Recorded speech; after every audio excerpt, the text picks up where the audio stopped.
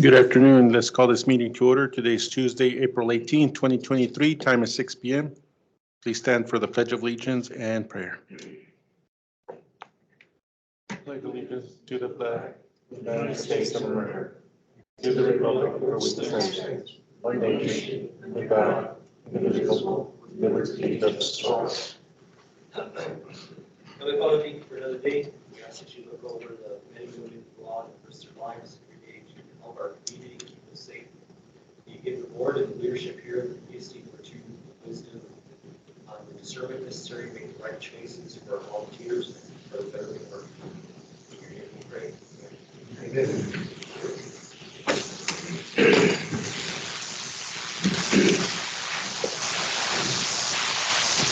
Gentlemen, can you please turn on your microphones just to make sure? Establishment of a quorum, we have Commissioner Diaz, Commissioner Santana, Commissioner Barnes, Commissioner Avalos, and Commissioner Glidden. Public comments may notify the board to speak on certain agenda items. 5 minutes. Public can comment by calling 915-213-3008, 915-213-3008. PIN number for this meeting is 323-119-305#, or in person by signing in on the sheet. Consent agenda. Commissioners, anything you'd like to pull out of consent agenda? Nothing, sir. No, sir. Motion to approve. Second. We have a motion by Commissioner Diaz, second by Commissioner Santana. Commissioner Diaz? Aye. Commissioner Santana? Aye. Commissioner Barnes? Aye. Commissioner Avalos? Aye. And Commissioner Glidden. Aye. Motion carries. Regular agenda.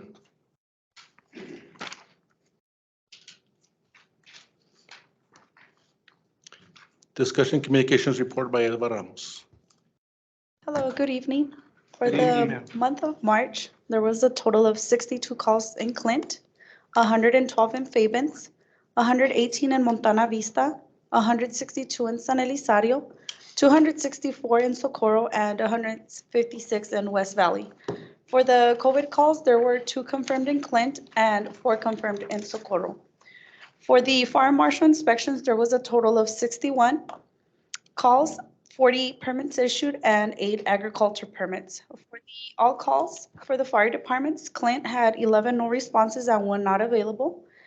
Fabens, 19 no responses, 1 not available. Montana Vista responded to all calls. San Elizario had 3 no response and 1 not available. Socorro had 9 no responses and 5 not available, and West Valley responded to all calls as well. So there was a total of 42 no responses and 8 not available. As far as the breakdown goes, there was a total of 33 no responses and 6 not available. Are there any questions? No, ma'am. How many were in Clint? No responses? In Clint, 11. That's a big change, right? The last time. Well, what about Fabens? Have Fabens. 19. Only 5 of those were after hours. Yes, but somebody else covered them, so they're not getting counted for them. So the paid staff did cover those. For the 19? Yes. If it was during working hours, the paid staff did cover them. Right. Out of the 19, 5 of them were after hours. So, Right. Those I can't account for. So The other 14? 14 were, There was no crew at Fabens. But so the other paid crews and the other stations picked them up. so do we close the station basically? Mhm.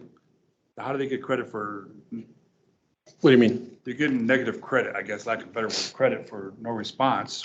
But they're Well, there. that's what I'm saying. On the ones where the staff was there, doesn't matter who responded, they don't get gig for that. They only get gig for the 5 that they did not respond in. Because I'm looking at 19 as no response. Right, because it's showing up An on there, asterisk but there or we did something, respond or- to those calls. Should it be an asterisk there or something, or a We parenthesis? can we change that to an No, asterisk? no, not looking, no, don't change that. Because in the absence of Fabian's leadership here tonight, I'd be, And we're getting credit for 19 missed calls, but we're. it's taking Just the calls. 5. Just the ones they're responsible for. 5. All right. All right. Any other questions, commissioners? No. Item number 6, informational purposes only.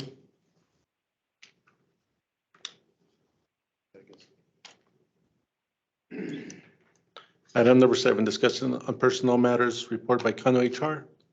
Can I have a motion to delete? Motion to delete. Second.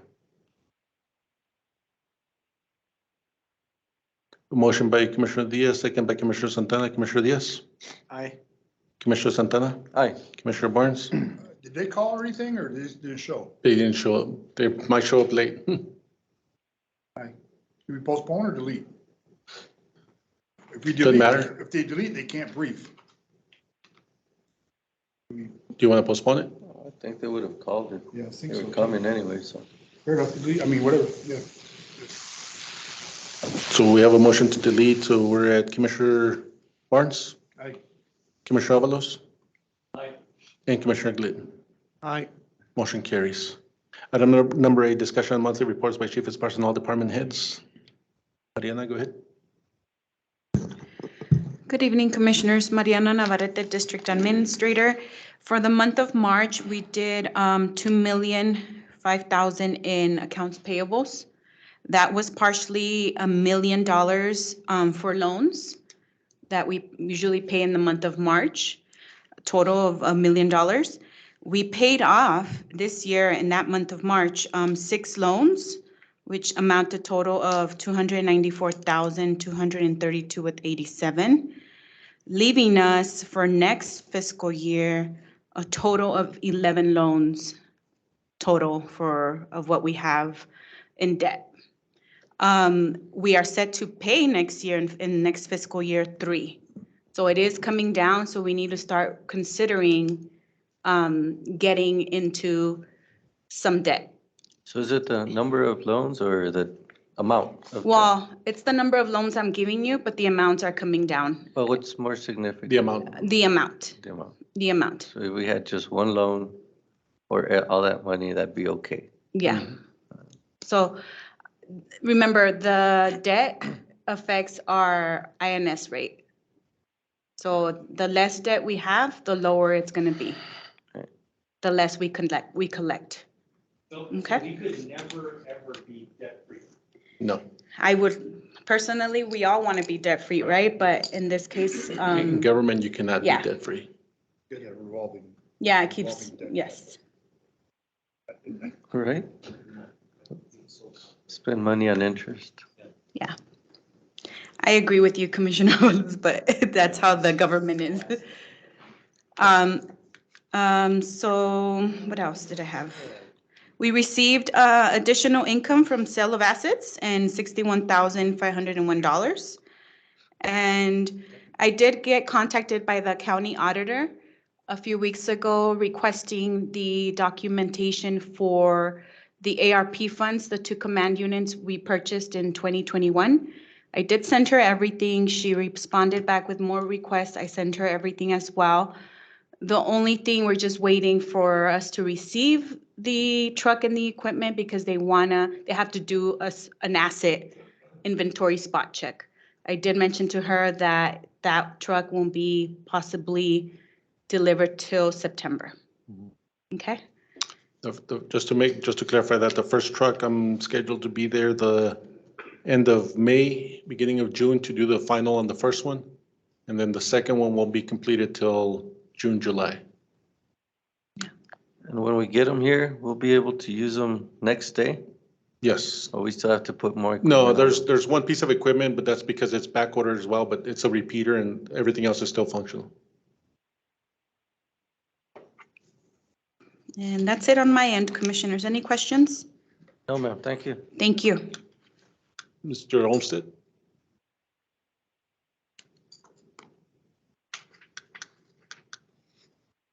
Hello, Commissioners. Jamie Olmsted, Logistics and Compliance. On the logistics side, we received our order of bunker gear that we ordered last year, the big order. We got everything in. All of the paid staff's been issued all of their stuff. Still have a couple of the volunteer departments, because this stuff, I'm entering everything in the inventory system so we can track all of it through our inventory system. But, so that's in process. I've already got some preliminary numbers for the order for this year, for stuff that will be expiring in 2024. And that not gonna be too bad, I hope. There's some other PPE stuff that we need to order now. What it is like helmets coming up that are expiring this year that we didn't order for, but we have some money that's there for PPE that we should be able to use for it. Any questions on the logistics side? None. When you issue equipment to the volunteers, what information do you have for the volunteers? Do you have their So- names or? So what I did is I went through every department, and as we did the PPE inspections, I actually recorded their names. And then I listed, like, it'll have their name, it'll say Pat, it has the serial numbers, the manufacture dates, and then their sizes. The same with the coats, helmets, hoods, gloves, and boots. So in the inventory system with the new gear, we're starting to put that into the inventory system. The old stuff isn't there. But starting with all this new stuff that we just got, all of that's going in my inventory system. So each item actually has an asset number. So a coat has an asset number. And then inside that sheet for it is serial numbers, the manufacture dates, the expiration dates, and then the department that it's assigned to. So on the volunteer side, I don't assign the gear to a firefighter. I assign it to the department.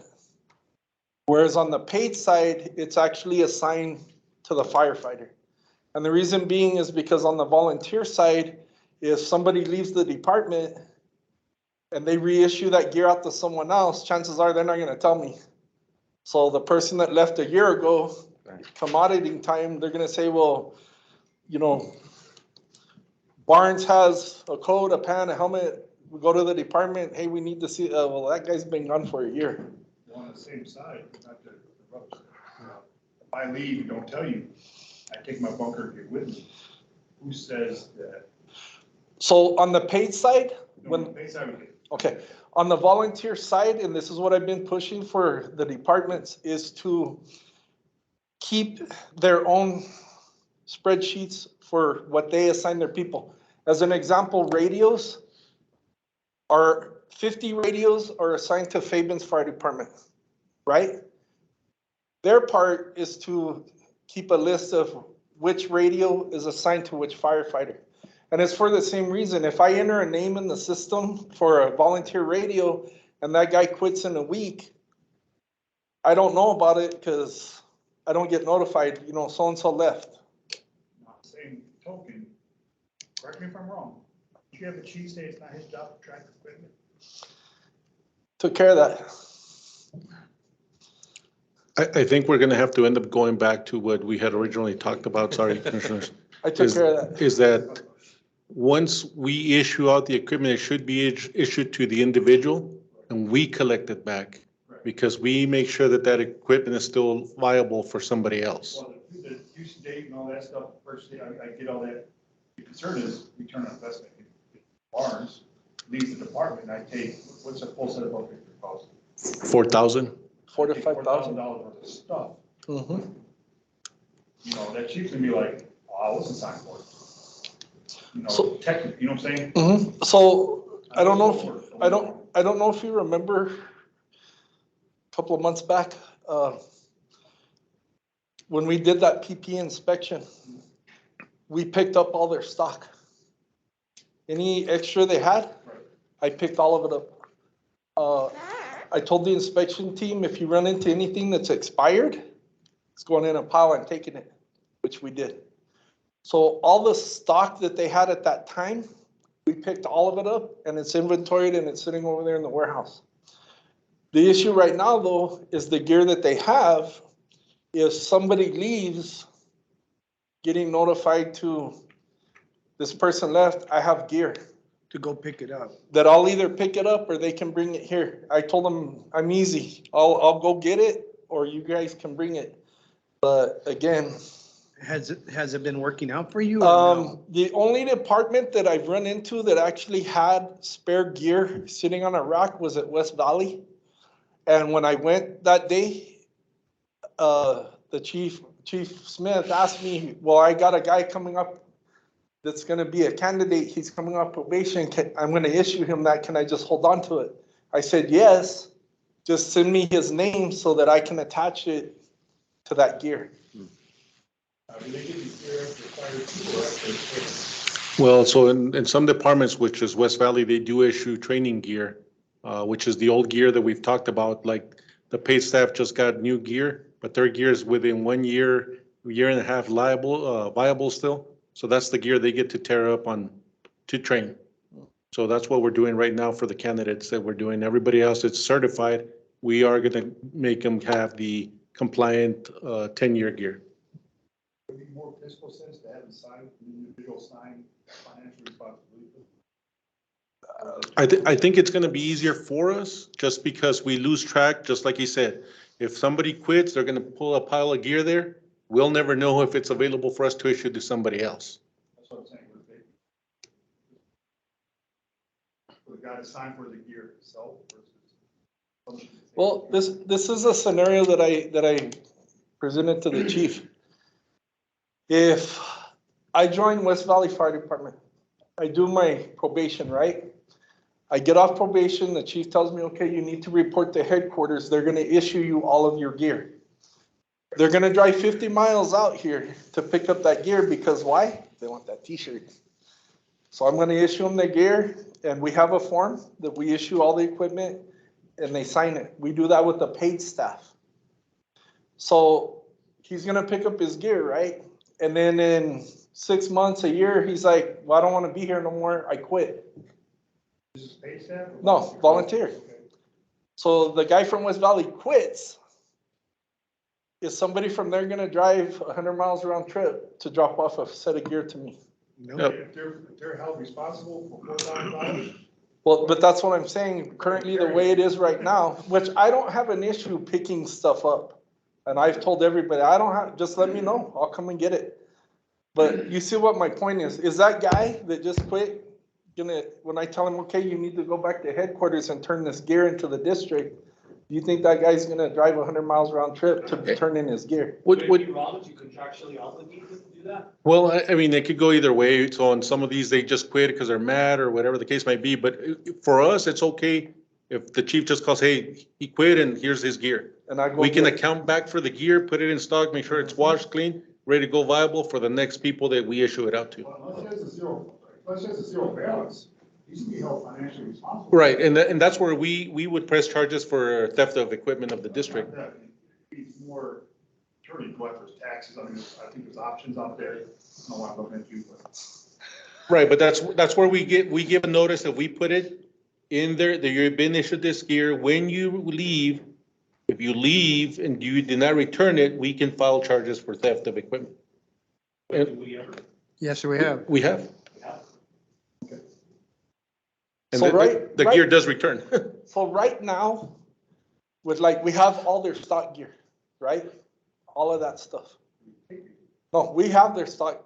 Well, that's what I'm telling you, from when we picked it all up, at that time, we had everybody's stock gear. Nobody had any stock gear at their stations. From that point to right now, the only one that I seen personally was that one set of gear at West Valley. And the chief told me I have a guy coming off probation and so instead of me hauling it here and then 2 days later driving it back, I told him, yes, just send me the name and I can attach it to that gear. At West Valley, I can tell you that over there, they do an issue form. Like they print out a form with all the information the same information that I put on mine, and they have them sign for it. And then when they leave, they have to go through and they check it all off again, and then they sign again that it was returned. But not every department's the same. So if I go back to being no longer a candidate, now a member, not trained, just vote. Well, he does, not new gear, but he'll get the same gear. All of it is viable gear. No gear out there is not compliant. Most of the thing is training gear. This is outdated, correct? No, we don't even use outdated because it's, There's no such thing as training. yes, but he does not get a, You sure? no. He does not get a brand new $4,000 set of gear. He gets gets the old stuff. the old That equipment is that's still within 1 or 2 years viable. Yes. So would it be easier for everybody to one policy, all the And it already is. We're one uniform, one policy. And I'm letting him do his own thing. Like if he says, it's okay that he left one set of gear there because the guy was gonna get it, I'm okay with that. But we need to account for all the equipment to make sure that we know that we have 200 sets out there and all 200 sets are being used instead of buying more. So let me rephrase the question. The current policies that we have right now, do you feel that they work? Like, do you think they can be better and still out? The only thing in there that, and I've already talked to this with the chiefs as far as, and this is off subject of gear, but the inventory in general, is all I need from them is a communication. Email, a text message, a phone call on and it actually goes back to the inventory too. If I move an AED from this pumper to this rescue, just let me know. I go in the system, I change it. It's the same with the gear. Because right now what I'm doing, I can't speak for the gear that's out there now because that was done before I got here. But right now, anytime that I issue gear, I list all the information on that equipment form, serial numbers, the manufacturer dates, everything. And then I have them sign for it. But on the volunteer side gear, I'm not assigning the gear to an actual individual. I'm assigning it to the actual fire department. On that point, who signed for all our gear? You got 200 sets, fictitious number, 200 sets, who signed for that? Well, I signed for the new stuff. So who signed for the old stuff? The chiefs that received it, We'll use Chief Adams. he signed for the old gear. Right. He signed for the old gear he received. Who signed for it from our station, signed it in? I'm sorry? From ESD, You're talking about when it was first delivered? right. Well, no. Well, in the past, the This is, departments bought their own, or Yeah. ordered them and they're, this is the new moving forward. He issues the gear to that chief, which I agree with what you're saying. It should be the Concern, who owns all that gear? district that owns the all that. district. Mhm. Or who signed for it? Here or over there? Can't sign for over there unless it's signed from here. I Right. get it, at one So the time. logistics supervisor is the one signing out all the gear. When he sends it out to one of the stations, he signs that he delivered that piece of equipment. The chiefs over there signed for that, they received it. Okay, it's not the same thing. We'll talk later. I got it. I just think there's some unaccountable gear out there. And the guy who's been with us 15 years, we use Chief Adams for example. Nobody's not working. Oh, it's been accounted for, right? All the Yeah, the current gear. the gear's all accounted for. And the way that we did that was when we do the PP inspection. Right. Because if their gear doesn't get inspected, it's not compliant. Even if it's within the dates, it did not get its annual inspection done. Okay, because I got confused when you said, Okay, I can that only makes- account for what I had. I'm talking about the brand, because he's asking who signed for that gear when it was delivered, yes? So the brand new gear, I signed for it when it was delivered. But I'm talking about the gear that's still in compliance, but was from years back. I don't know who signed for that because I wasn't here. But he does have records of it because it was tested, it was in compliance. We do have. But as far as how we account for all of it, I do it the same way as I do with the air packs. When we do the flow testing of all the air packs, that's where I do my major annual inventory because we look at every piece. Don't get me wrong, I tell anyone to do a bunker. The only thing that if you want, because I see what Chief's saying too, is instead of on the volunteer side, like I issue that gear to the department. And the reason I'm saying that I do it that way instead of the individual is because I don't have a guarantee that if that individual leaves, that gear gets issued, which it will, it'll get issued to someone else. I still have that other person's name. And that person hasn't been here in a year. It's the same issue with the radios. I mean, I'm not gonna attach a name to the radio. The chiefs should keep a list of this radio is assigned to this firefighter. So what happens if you go back and you do an inspection or an inventory and audit, and you find that some of this gear is now unaccounted for? What happens with the department at that? Let's say that's what happened, hopefully not, but let's say that's what happened. So gear or Department reimbursed you. it's, well, I don't know, that's above my pay grade as far as them reimbursing. Well, my deal is this, it's, Depends it all on you, so you but can what? pay for everything. What, to answer your question though, it's just like equipment. If I go and I do an inventory of a department and there's an AED missing, the first thing I do is I go to the chief. Chief, I'm missing this AED. We've looked around, we can't find it. Can you locate this AED? And pretty much 10 times out of 10 so far, yeah, it's in this unit. Well, it was a take home, so it wasn't there. I couldn't look at it. But as far as if the equipment is missing, then it falls on the department chief. In the 15 years I've been here, I don't think we've lost a set of gear that went unaccounted for. The only thing we do lose is gloves. We lose gloves We tear gloves. We tear or lose a Nomex or a hood, hood. or, but that's it. That's pretty much the, Yeah. That's minor stuff. Well, no, small but, item, you can, no, I said we lose them because sometimes they're in the fire and they're like, I Or lost a the big glove. scene and they throw their gear down and then they forget to pick up a glove or they lose a glove, stuff like And that. that does happen, and those are expensive gloves, but it's documented that, hey, I was talking more about, I know we've had conversations in the past where we've talked about radios floating around or radios that are just sitting there that haven't been touched, or we can't account for this right now, maybe later on it was found. So I was envisioning more some of the radios pretty soon. So that was my question, if that's what happened, how do you tell the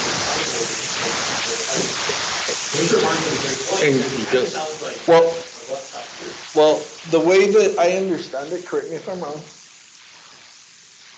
and this is a conversation I had with the chief, was you are the chief of the department.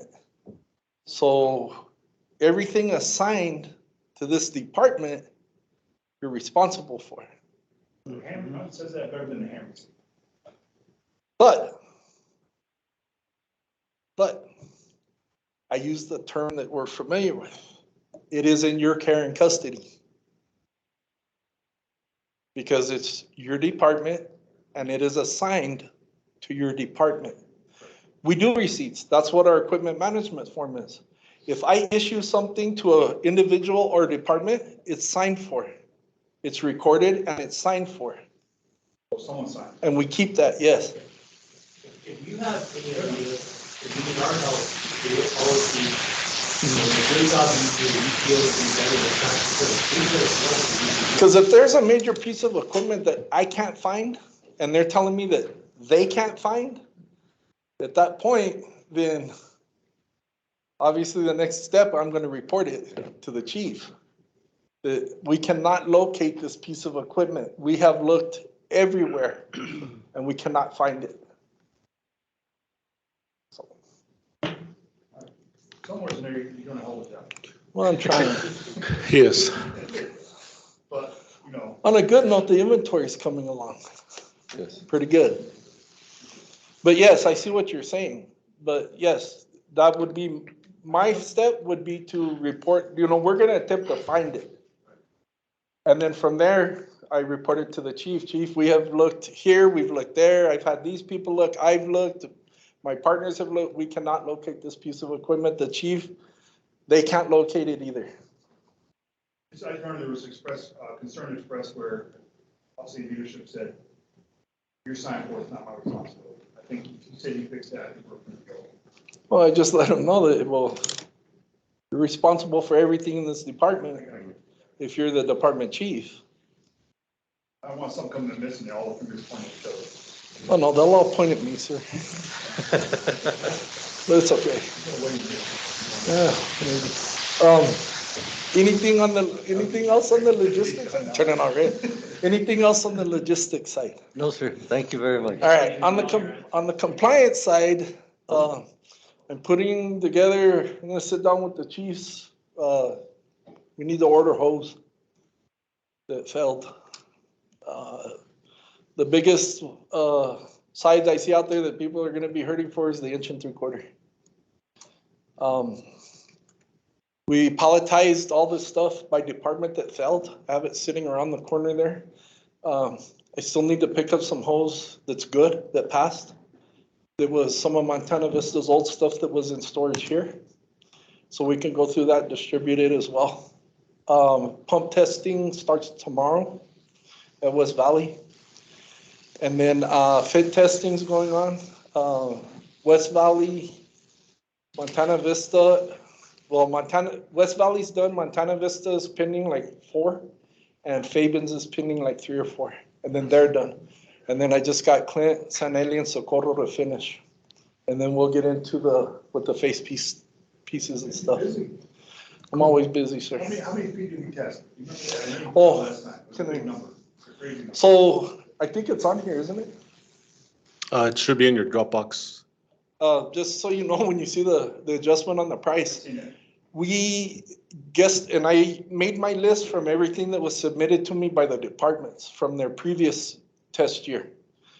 And it was 75,000 and change. So when I did the quote, we just quoted at 76,000. We ended up testing 79,000. It's on the paperwork. It was 79,000 and something feet. And then I was telling Chief, and we didn't even test everything. Because when me and my partner got to the departments, if it was obviously damaged hose, we're not gonna take it. If it's fried and it's on the rack, we left it. So we didn't even test actually every single hose in the district because all the damaged stuff we left behind. But that was the difference, why you see the difference in the price for the adjustment. But they serial numbered everything, accurate, telling you what failed and everything. So they did it in a week. It was pretty impressive to watch them. 4 guys did it all. And it was pretty impressive. Any chance of repairs for some of that hose or cost the same or? A bunch of it was stuff that they had holes in them, cracked. They were cracking, stuff like that. But as far as salvaging stuff, no, sir. Yes, hose testing is required every Would you year. recommend anything for next year? They did a good job.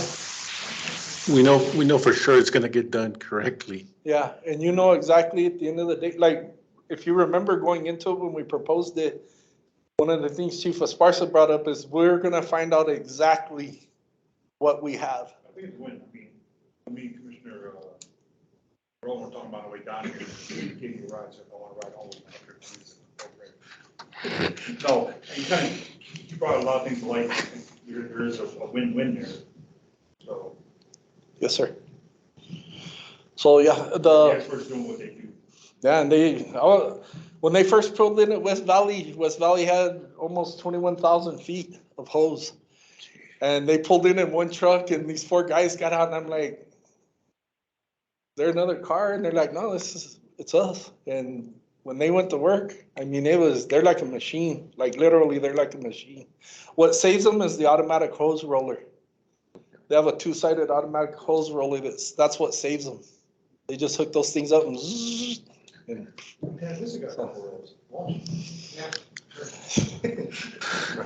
Any other questions, Commissioners?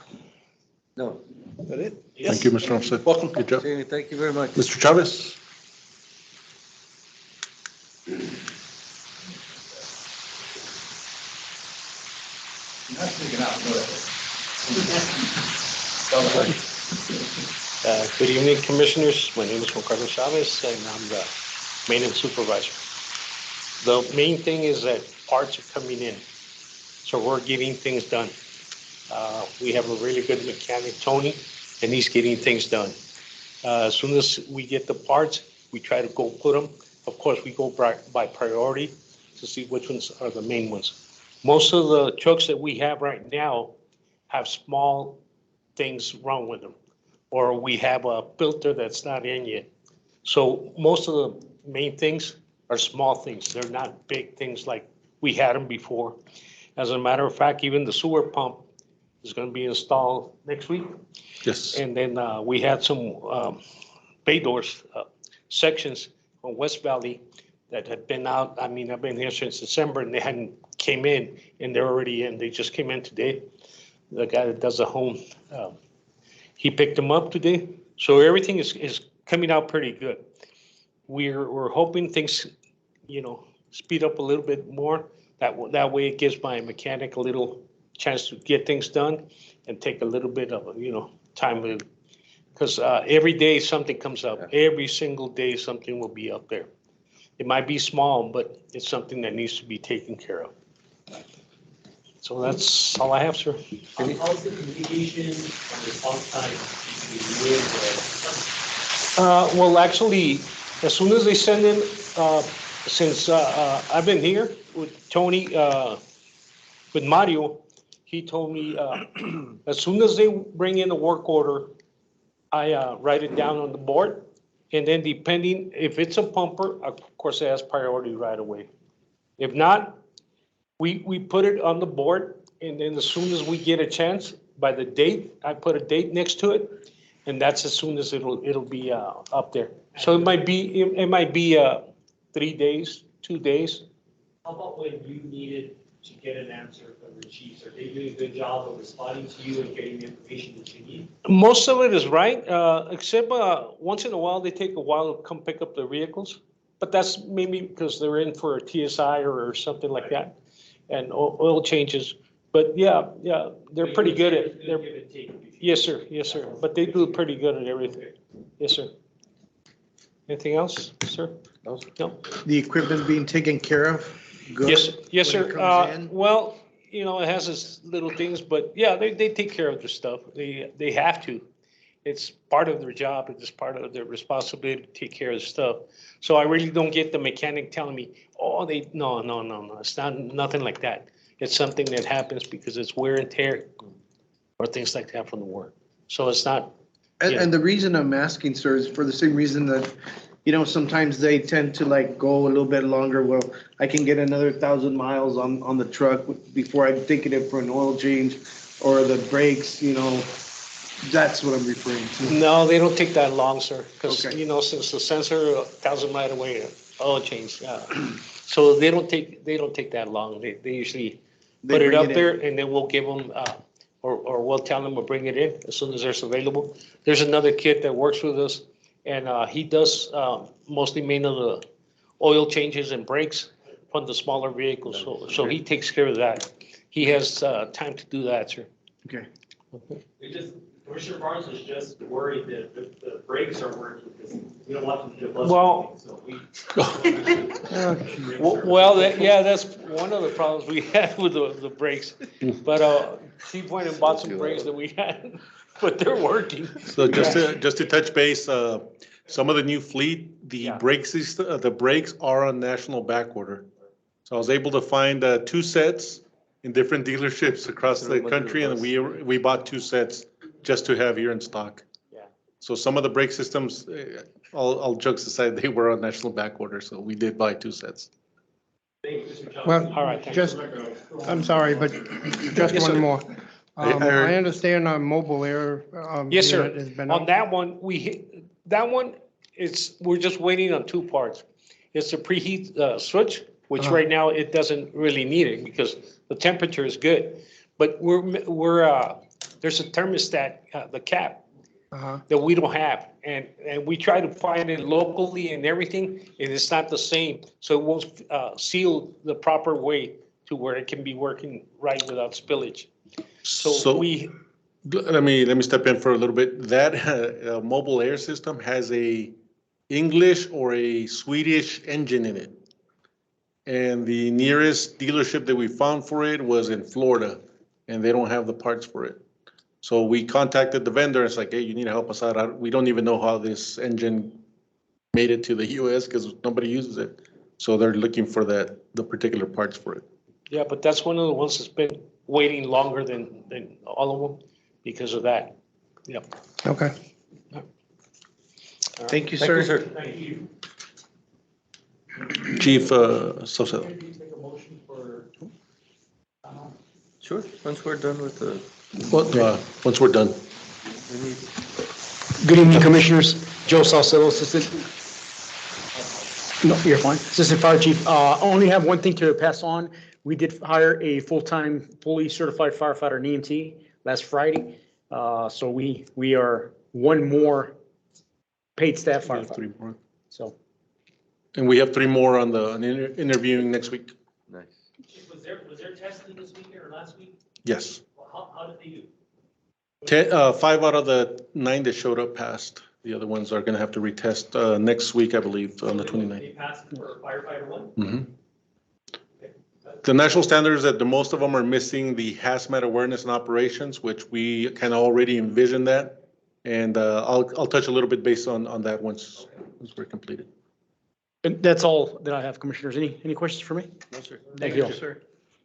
Commissioners, to touch base on a little bit of what Chief Salcedo just said, we did hire that one individual. We have 3 more coming up for interview next week. I think it's moving a little bit along. People are hearing that we are actually hiring. They thought the El Paso Fire Department was the only outfit out there, but we're here. But to touch base on the academy side, we are doing good. The last class had 39 individuals. 20 ended up completing, passing their final. Out of those 20, only 9 showed up on Saturday to test. That's where we're having an issue. I think we're running into a problem where our volunteer system is thinking that we can cater to everyone, and for the most part, we try. We try to cater to everyone, but there has to be a moment where I say I can't. So what we've done, and we did travel all the way to Austin to have a meeting with SFFMA because they changed a lot of things on us to where the point that I felt it was important to go see where they're getting this information from. And I think a lot of the issues were cleared. And I think we need to pressure more into our volunteers to get certified now because the rules are changing, ever evolving. From when we started back in the day, Commissioner Glenn can attest, SFFMA was pretty easy to attain. And now they're making it to where it's almost the same thing as Texas Commission on Fire Protection.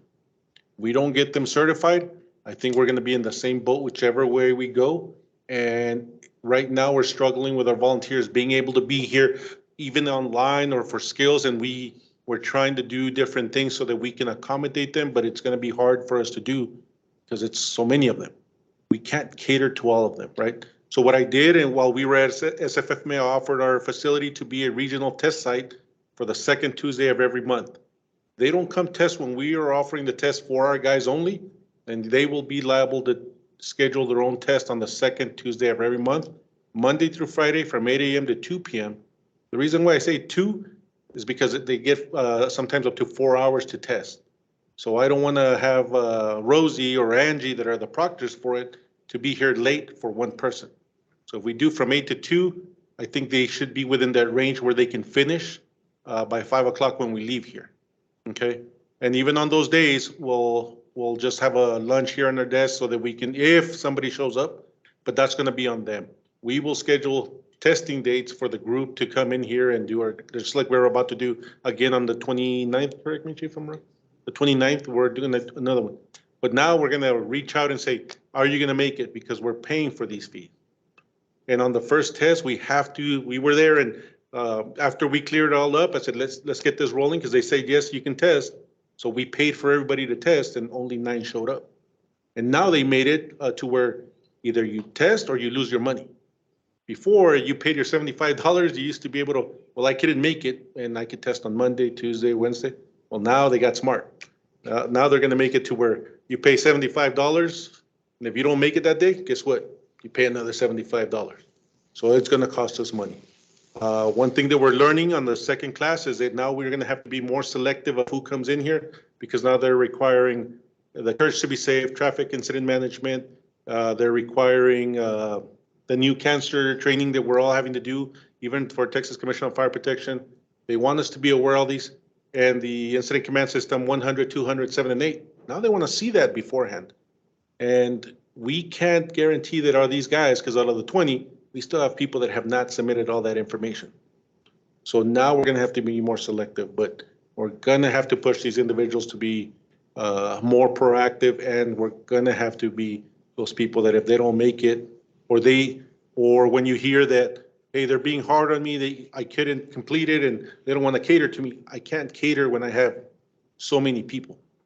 Now, the scales, we are going to do scales. I've talked to 2 of the commissioners that asked, we're not just going to go do skills for people that don't know what they're doing. We're going to hold training days prior to that, and then we're gonna do the skills, because even we don't know what the skills will be. I think we said they need 3 days advance notice for them to tell us exactly what skills. They're gonna email us the skills that we gotta fill out for each individual.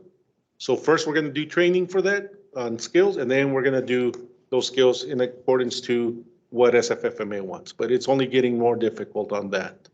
Okay. Did I answer all your questions so far? Is this an opportunity to do it like, I don't know, talk about with an academic contract with the individual where they understand when the testing dates are? And that's why we're gonna add that to the syllabus, because I think part of the things that we have is the students, once they sign in and they sign that, yeah, they're gonna take this class, and I start seeing the email flow between the instructors and them, well, I can't do it on this day and on this day. That's why now we're gonna detail more classes from this time to this time, and assignments are due on this date, and you will be testing on this day, because that's one of the things that we did address over there. We're gonna have a pre-test date when you start that class. That if you finish, let's say on the Friday, the 14th, on the 21st, you're gonna be testing. 1 week exactly, because right now, the people that didn't show up, they were calling here, I think I need more time to study. They finished this class 3 weeks ago. I don't know how much more time they needed. And every day that they don't test, I think they're losing the information, and they're losing that information. So we need to push them harder to be that. For the people that are completed firefighter 1 and 2 already, it's successful. The first date will be testing, I think in the next 2 weeks, the skills, and they're done. But they actually already passed the state exam. So all you got to prove is they did skills and they're done. Can we codify this in a policy somewhere? We can, if you'd like. Yeah, we probably should. So, Look at the commissioners, I don't know what you think. There should be a policy on this stuff that we're gonna hold people responsible to. You know what I'm saying? It should be somewhere, I didn't go on that, and believe me, the chiefs that are out there, I've been seeing, texting them, and they said, hey, if from now on, if you don't take that test, guess what? I'm gonna hold you accountable for it. So I think it's coming, but we could put it as a policy. We could, They don't have a syllabus that tells you. they do, but What state you'll be testing? yes, but for our test, the state exam, they weren't allowing that, and now they allowed it. During our meeting, they allowed that. I said, hey, I need to give them the state exam date, because they were unsure. So now they said, as long as you put it there, we can't tell them who's gonna test, because we don't know who's gonna pass, right? But they'll assign that day to be a test date ahead of time. So we just quantified that already. So like I said, this is the second class, and I think we've made some great progress with that. A lot of the things that they changed were changed without notifying us, and I think that's why we ended up having to go over there, because they were just telling us they needed information, but I couldn't find it anywhere in their manuals, and nobody that has been doing this forever knew where it was at. So what did they tell us? Oh, we just changed that. We just did this. I was like, well, thanks for letting us know. Any other questions on the academy? No, sir, no. So as far as the employees, like I said, we've hired the one. We're gonna do 3 more. We did hire a couple of part-timers, and we're working with those right now. They know that they're part-timers until we fill those slots. Like I said, if we fill the next 3, then those people will not receive hours until we need a part-timer. I think at this stage, I think that's the way we're having to work it. As of today, also, just to change the subject a little bit of the firemen, our first individual, second individual, right? No, the first one's retiring. The first one's retiring. Olga submitted for retirement effective Friday. So congratulations to her. We're having a little get together for her on Thursday. So she did 8 years here, and we're moving forward with that. Wow. Any other questions, commissioners? No, sir. That's good news. All right. Item number 8 for informational purposes only. We reopen the agenda for Kano HR. Do I have a motion to reopen item number 7? Motion. Second.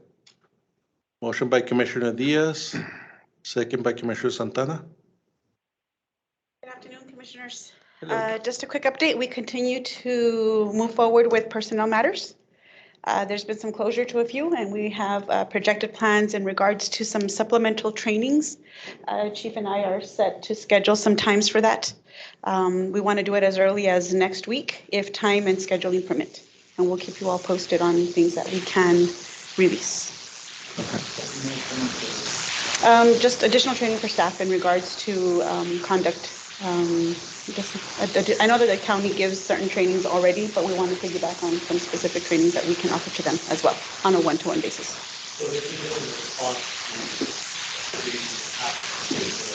It's collective, yes, but yes, and we'll just leave it as collective. It's a plan of action.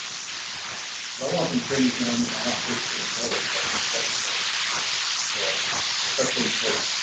Okay, we can definitely discuss that. We'll make a note of that, and I know Chief and I will be having some discussions this afternoon or this evening, so. Okay. All right. Any questions? No, thank you. Thank you very much. So, do I have a motion to accept or informational purposes only?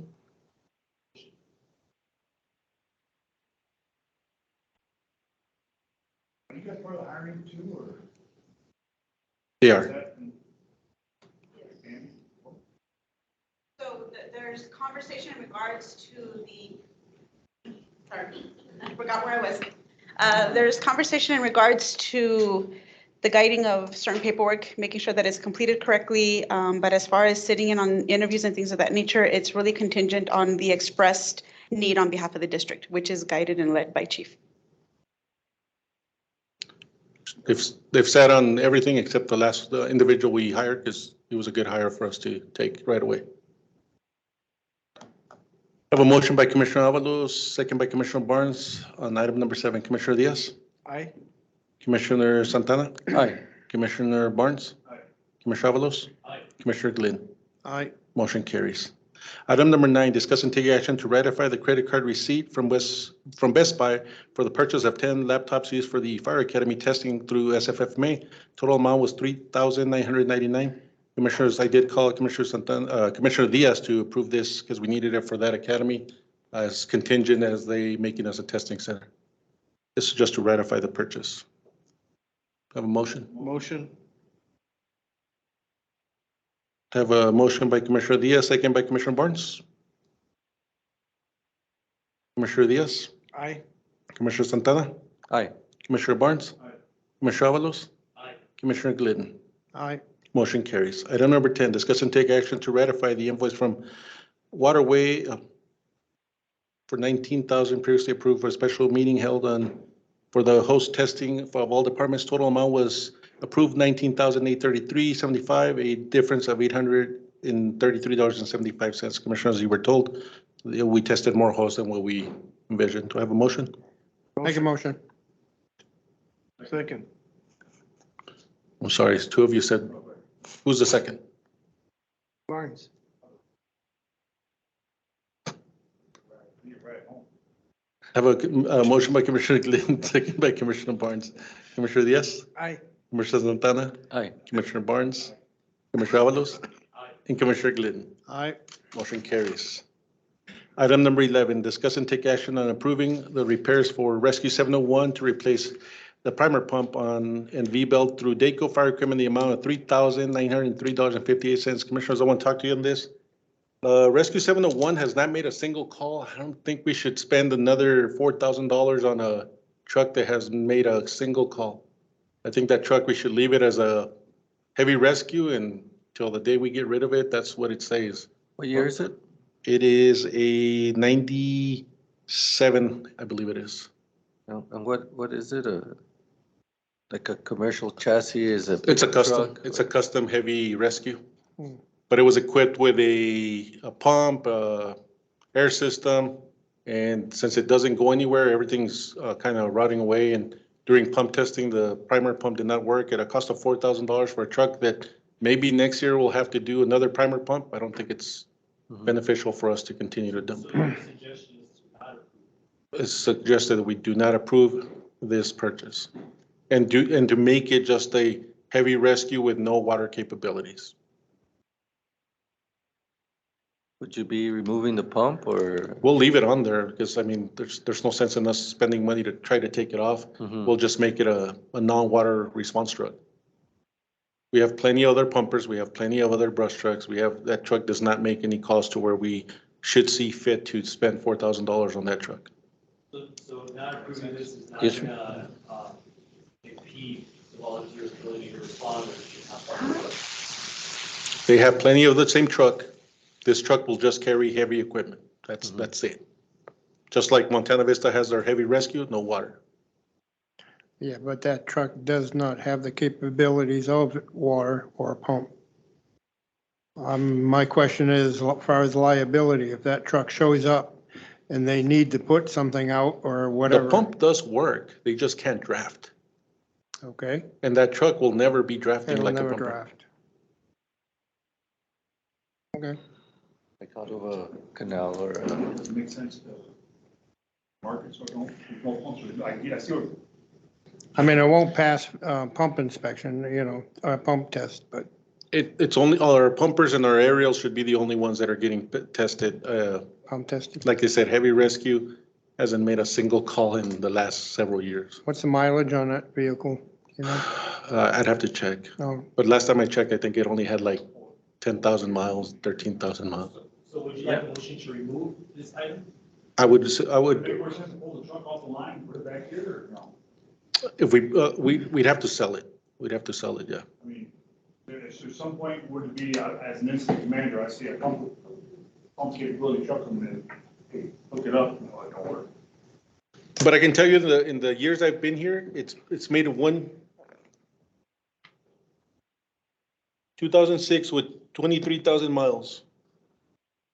Does it make more sense to sell At this point, I would say so.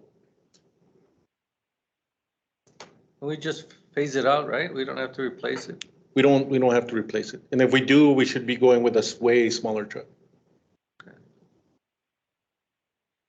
I think that was our issue all this time. We had way too many trucks and vehicles that we weren't using, and that we can start. I agree. But as far as the agenda item, it's just deleted or? I would say delete it and not approve it. You know, what, this, what other truck do they have far as heavy rescue or otherwise that they have to replace rescue type as apparatus? far as, Well, if we take Rescue 5, this 7.0. actually, the only thing in that truck is a couple of air packs and a hearse tool.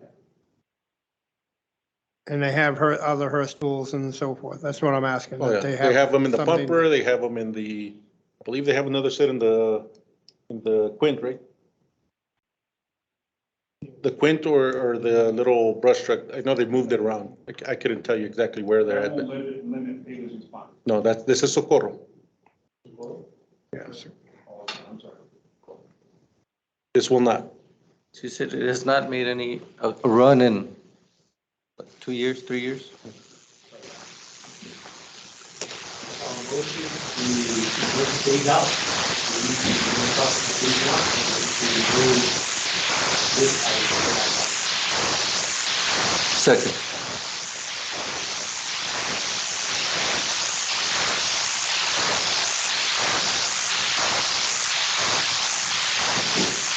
We have a motion to phase out that truck out of the fleet and remove the item from the agenda. So, I have a motion by Commissioner Avalos, second by Commissioner Santana. Yes,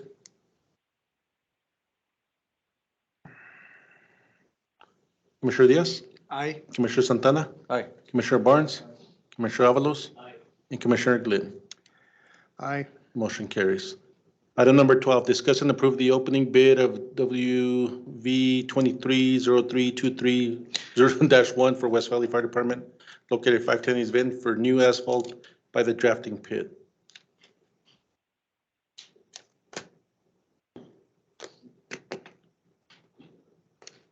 Two bids, right? Mass James and Empire? That is correct. And they didn't have to be sealed as they were under 50,000. I think Mass James, 800. Empire comes in at 9,000. And Master Team USA is coming at 6,890. It's already reviewed. I just need approval to review and award the bid, Commissioner. Motion? All provide the same service, right? Yes. I have a motion by Commissioner Santana, second by Commissioner Barnes. Commissioner Diaz? Aye. Commissioner Santana? Aye. Commissioner Barnes? Aye. Commissioner Avalos? Aye. Commissioner Glidden? Aye. Motion carries. Item number 13, discuss and take action to approve the purchase of 6 yellow helmets. It was just supposed to be 6 helmets for firefighters from ESD2 Fire Academy and 1 promotion through Casco in the amount of $3,015. Mr. Olmsted? Motion? Second. Say something? Yes, sir. We got it when it said yellow.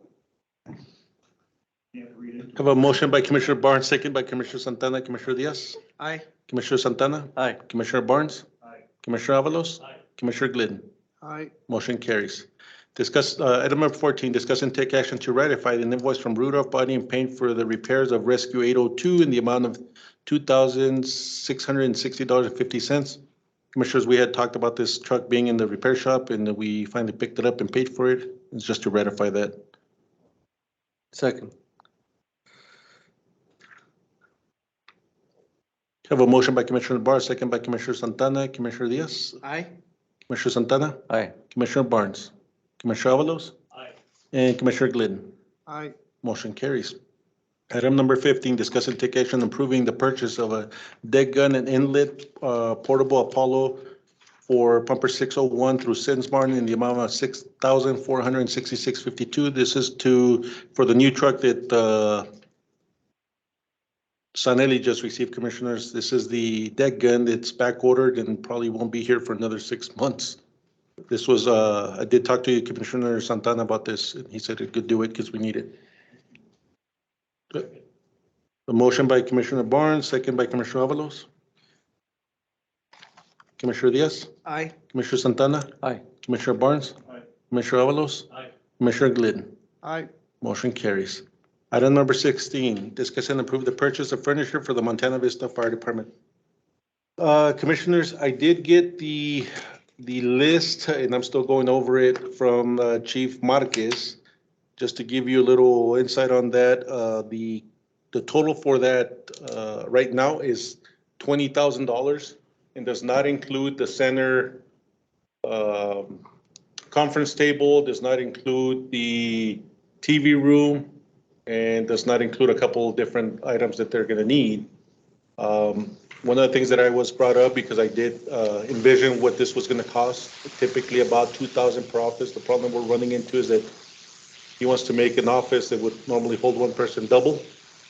So that's kind of doubling the amount of furniture that's going for 1 office, thus making $20,000 instead of like $12,000 that I had more or less envisioned.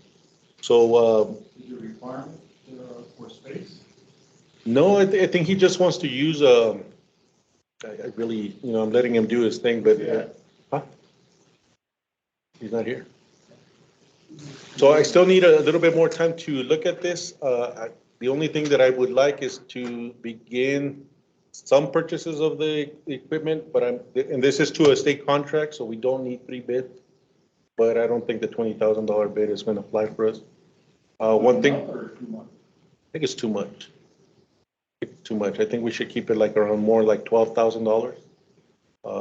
But again, we have to look at it all because I still have to purchase the table that's going to go. Well, let me rephrase that. He doesn't want a conference table in the middle. He wants couches. More like an informal sitting area, which is, I think that's why we built that room. Chief, you were there because we talked about that. So Yeah, that's. I just got a text. Chief Marcus would like to speak. I guess he's online. Yes, do you hear me? I can barely hear you, Chief. That's you. You there? No. Sorry.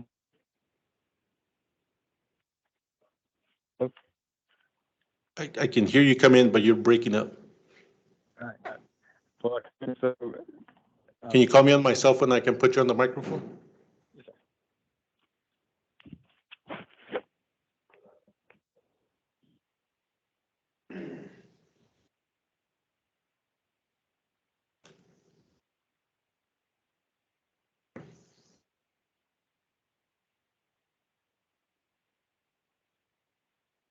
Go ahead.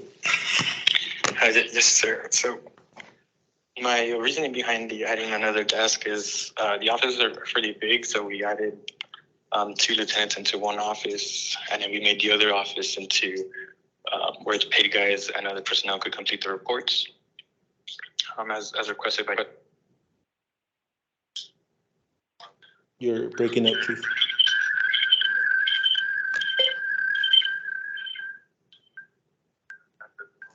Can you mute your session that you're on the other one? The like a cabinet and one desk chair, and that is including already the roughly $20,000. So we did try to price out and be fairly frugal with the selection of the furniture.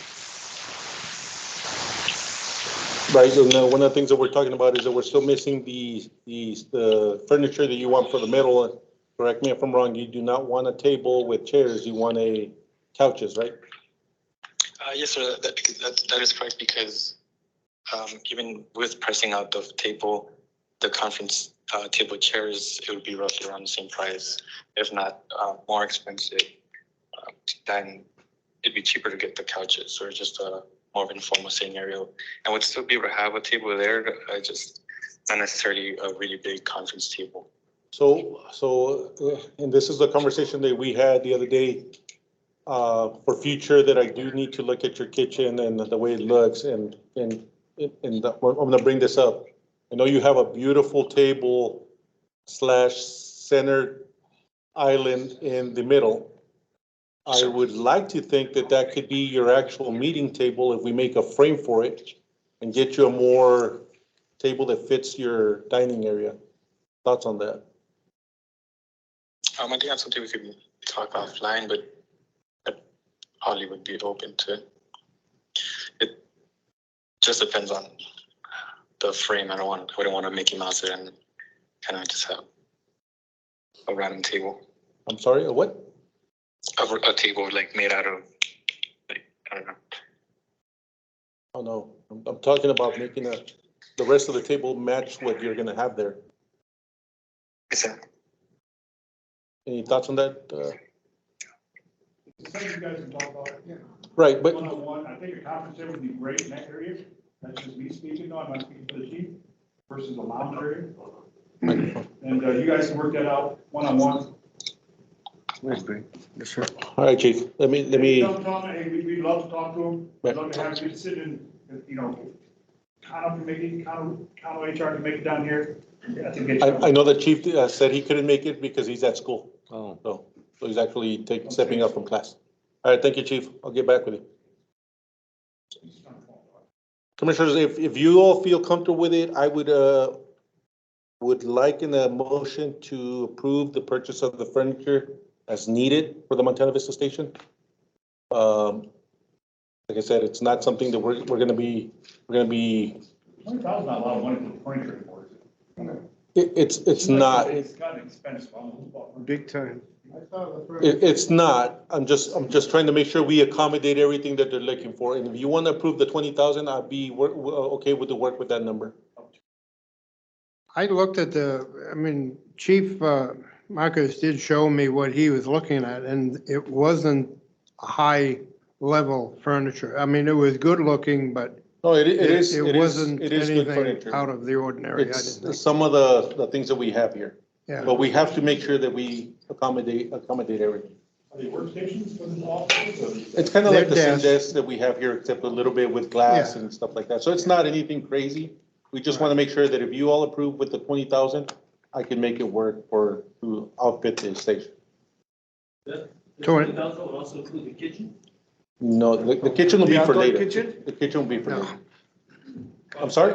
But That's you talk totally about different. a conference table in that big open area versus a bunch of lounge chairs. Right. He's looking for more like couches like is informal. And I don't think that's gonna look professional for what we built there. No, I do agree, like, if you think you can make the 20,000 work, but I don't think it needs to be, the conference room, it needs to look like a conference. It should have the table, it should have ready to set up for meetings or whatever needs to happen. Unless Chief's envisioning something we're not seeing. Oh, he can correct me if I'm wrong. I think when we talked, he said he wanted more like an informal. But on me thinking is if we go there to have a meeting, we're not gonna have a place to put a computer. We're just gonna be on our well, I mean, hence the word laptop, but I think that's what we need to look at. But I'd be okay with the 20,000 to begin and kind of make it work for We have them. to come back to the president for increase. Furniture's expensive, I just, And like I'm gonna tell you the same thing I told him. We don't wanna Mickey Mouse it because it's gonna cost us more in the long run. But I wanna make sure that we are in track to not go overboard. we Yeah, can you talk don't $1 wanna- million in that building, we want some folding chairs. No, that's, And a beanbag. Where did you get the $13,000 number earlier? because that's what, we did look at it, but one of the offices has like double the amount just because it's for a desk for three. So we could make it about 2,000 per office. But like I said, the one office, I think we quoted it like at $4,200 because of the size of the desk and the way it was. So if give and take some, that's why we're modifying, but I think we have enough to where we can make it. If you're trying to maximize space, I give credit for it. But maybe does that go to cubicles versus? Yeah, but we don't want to do, cubicles are way more expensive, way more expensive. The thing you should, I mean, if we agree to the 20,000 and you can help, I mean, Now, you, Chief should have a lot to say in his. And he, his that's why I station. said, I want his office and I want but I want to make sure that I have plenty. And again, we did talk about it. This was last minute that he submitted. I still put the agenda item ahead. That's why I didn't have the amount. Mhm. So I haven't had time to really look at it. I know we looked at it in the brochure, but I have to have the purchasing, go through see if we can't find that same equipment somewhere else cheaper. We're talking about all the furniture. All the Trash furniture. cans, we're talking, All new it's gonna furniture. be expensive equipment. yeah. So it'd be 20,000 for the 5 offices he's trying to fit. Is that what, Mhm. okay. And that's, like I said, no center table, no center chairs, no TV room. Those are still, when Right. we're done. Still that's where- pending. Still pending. Yes, sir. Do I have a motion? Motion to approve. Second. I have a motion, I agree with you, Chief, it's an integral part of the process, because Yes, so sir. the motion is to approve the 20,000 and come back if we need any other furniture. Yes, sir. Correct. A motion by Commissioner Santana. Do I have a second? Second by Commissioner Diaz. Commissioner Diaz? Aye. Commissioner Santana? Aye. Commissioner Barnes? Commissioner Avalos? Aye. Commissioner Glidden? Aye. Motion carries. I had a question. When is Montana Vista going to be done again? We were told end of April, beginning of End of May. So when do you plan on making the grand opening? We don't know yet. As soon as No. we give a more concrete date, we I will. think that's something we need to, As soon as, I have a meeting there tomorrow, so I will, yeah, this one got postponed by postpone COVID. because so. of COVID. Okay.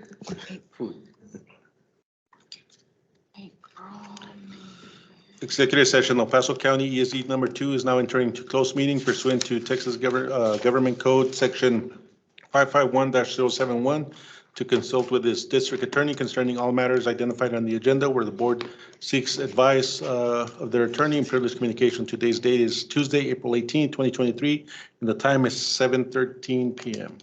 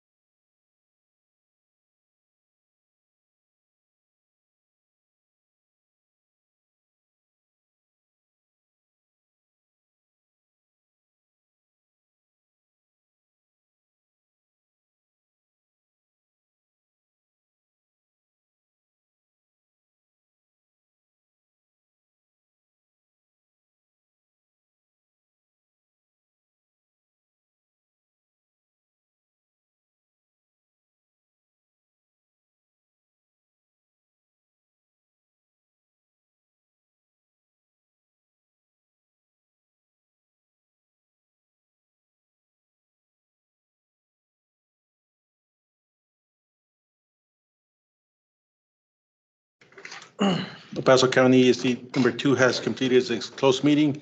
The date is Tuesday, April 18, 2023. Time is 8:05 PM. Item number 19, take action on legal matters. No action.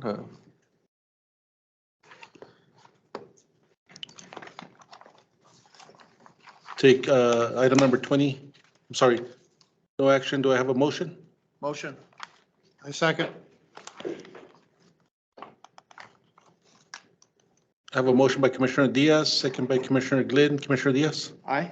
Commissioner Santana? Aye. Commissioner Barnes? Commissioner Avalos? Commissioner Glidden?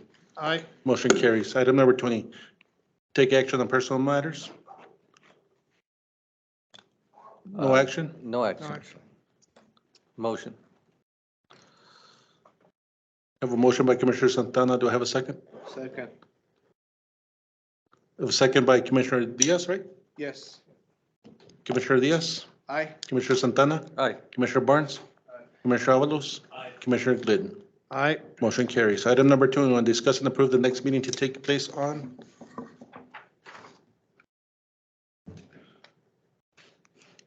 May 16th. Yes, sir. Do I have a- Yes, Tuesday. I was like, yes, Tuesday the 16th. Do I have a motion? Motion. Second. I didn't hear the first one. I heard somebody say. Aye. Mike Diaz. I have a motion by Commissioner Diaz, second by Commissioner Santana. Commissioner Diaz? Aye. Commissioner Santana? Aye. Commissioner Avalos? And Commissioner Glidden? Aye. Motion carries. Adjournment at 8:06 PM.